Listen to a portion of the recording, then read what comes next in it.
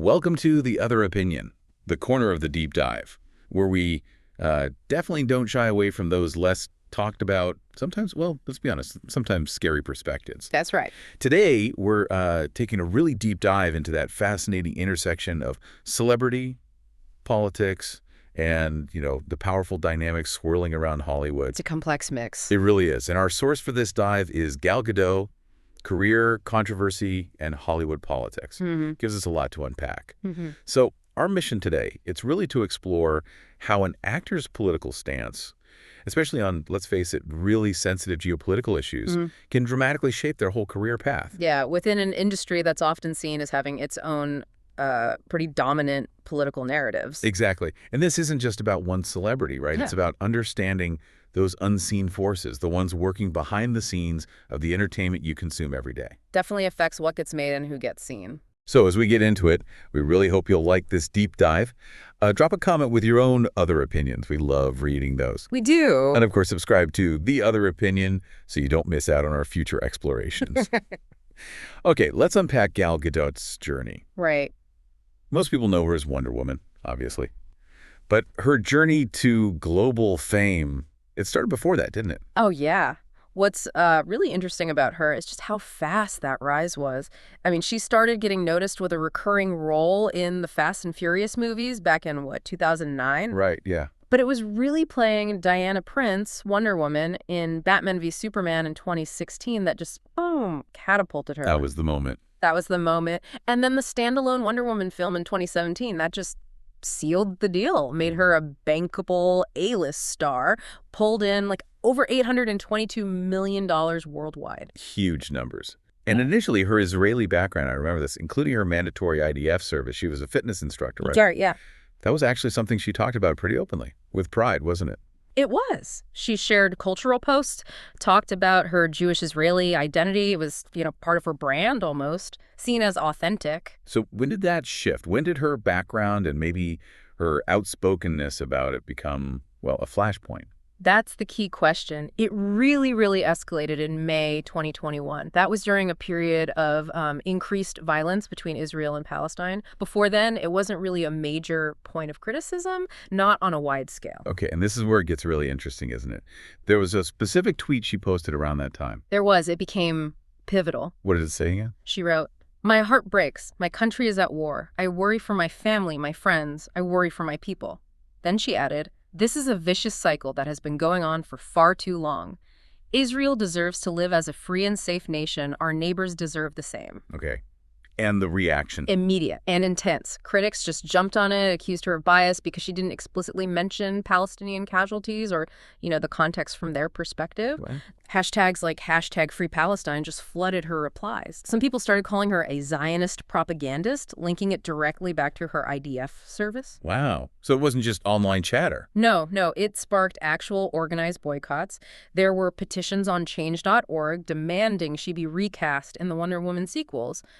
Those got thousands of signatures. It was a very clear sign that her words were having a tangible negative impact for some audiences. Okay, so that was 2021. Did the controversy kind of die down after that initial wave, or did it just keep simmering? Well, you know how these things go. It didn't really fade away. And then if we connect it to the bigger picture, things amplified significantly in October 2023. After the Hamas attacks on Israel. Exactly. After that, Gadot's stance became much more direct, more sustained. She posted on Instagram pretty unequivocally, "I stand with Israel and you should too. The world cannot sit on the fence when these horrific acts of terror are happening." Strong words. Very. And she didn't stop there. She basically dedicated her social media feed to highlighting Israeli hostages. She participated in screenings of footage from the attacks. It was a very public, very committed position. And the response to that escalation, was it just more online noise, or did we start seeing concrete professional consequences? Well, the online noise definitely got louder. Pro-Palestine activists responded with, renewed energy.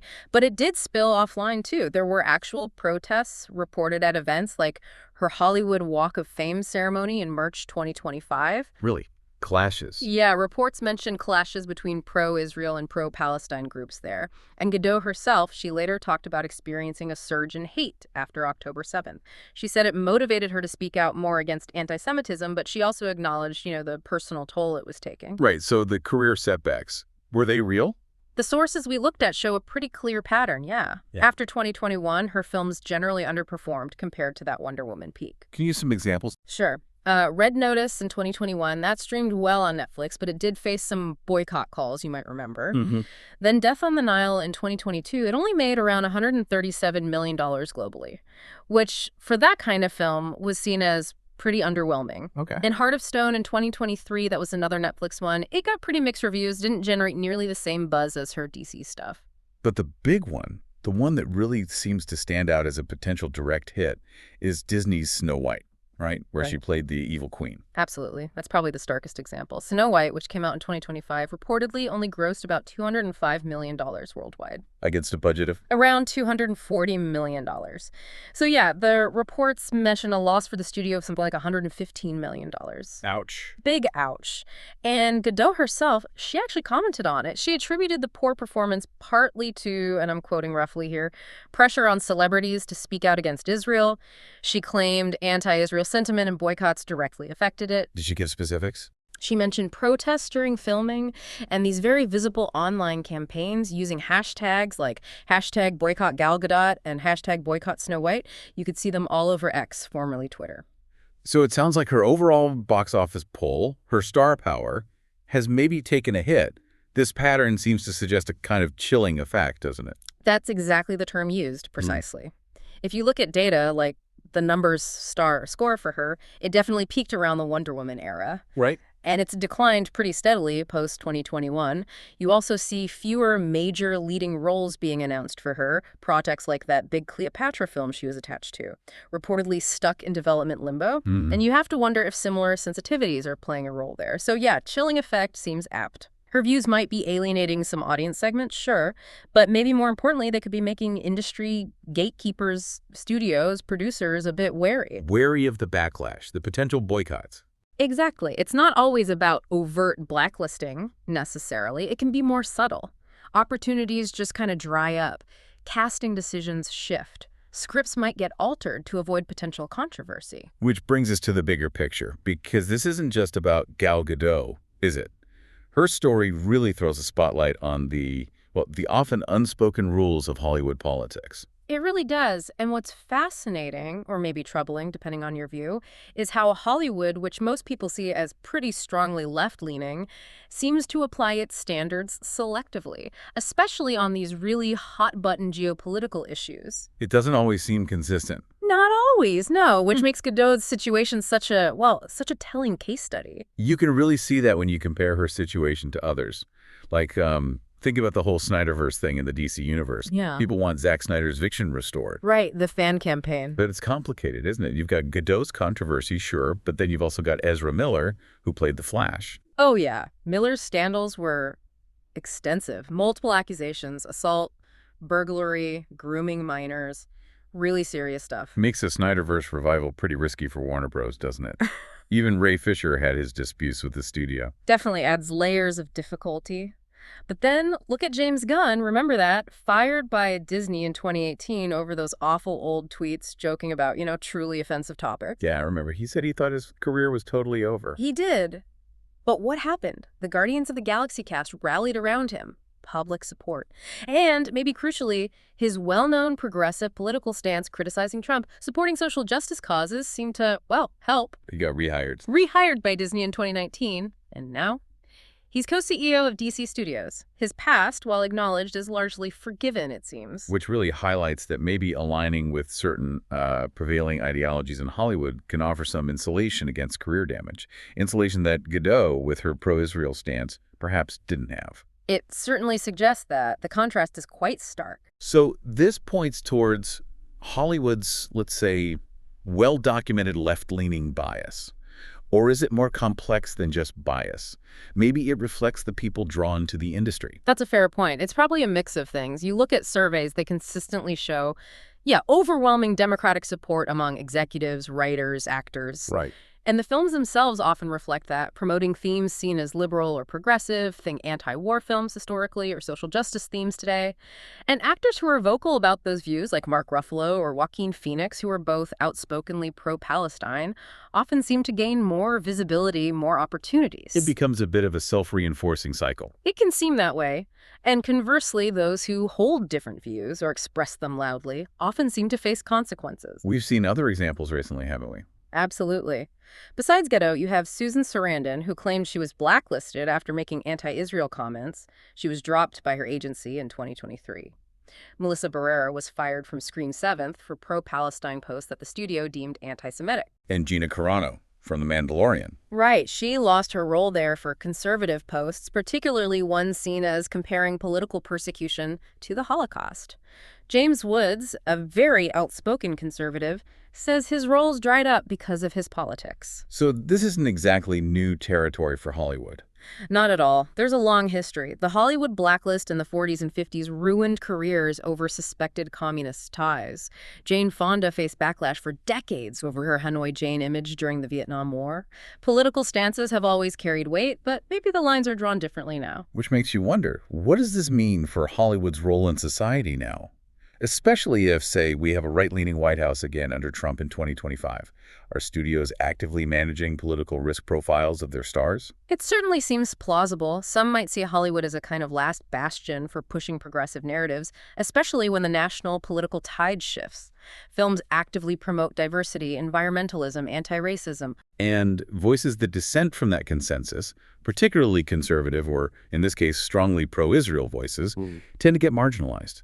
That seems to be the pattern suggested by the sources. Not necessarily silenced outright, always, but perhaps sidelined to maintain a certain ideological cohesion, a certain cultural influence. Think about those open letters in 2023. Over 700 stars, including Gadot and Jerry Seinfeld, signed one supporting Israel. Right. It was immediately met with counter letters from prominent pro-Palestine figures like Mark Ruffalo.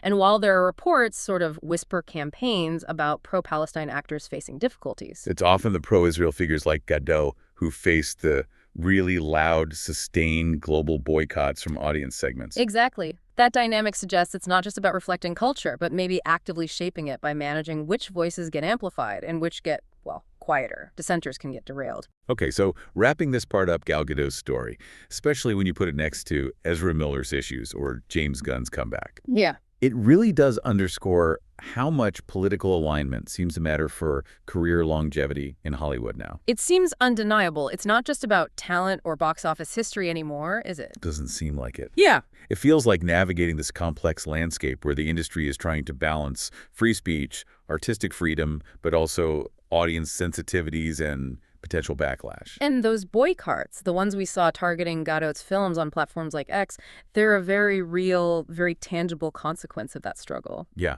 And what really stands out to me and why we do this show is how these pressures don't just impact one person's career. They profoundly shape the stories we all see on screen. They really do, often reinforcing the dominant views while pushing others to the margins. Which is exactly why digging into these other opinions, understanding the forces at play, is so crucial. We really hope this deep dive into Gal Gadot's career and the political gears of Hollywood has given you some fresh perspectives. Maybe something new to think about next time you're watching a movie or a show. Definitely. Please, if you found this interesting, like this deep dive, comment below with your own other opinions, agree, disagree. We want to hear it. And please subscribe to The Other Opinion for more. Oh, and share this episode. Help us grow this community of critical thinkers. Yeah, share it around.